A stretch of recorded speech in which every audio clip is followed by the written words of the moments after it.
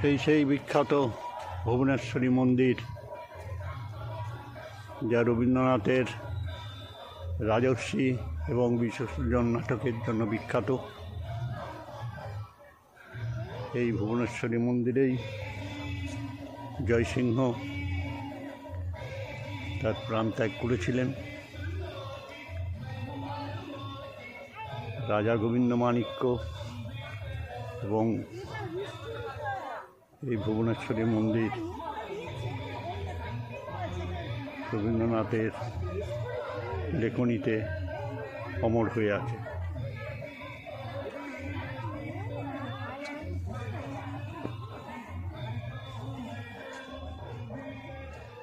এটি বাংলার চারচালা স্থাপত্যকলার সঙ্গে মিল রয়েছে। একটি উঁচু বেদির উপরে নির্মিত।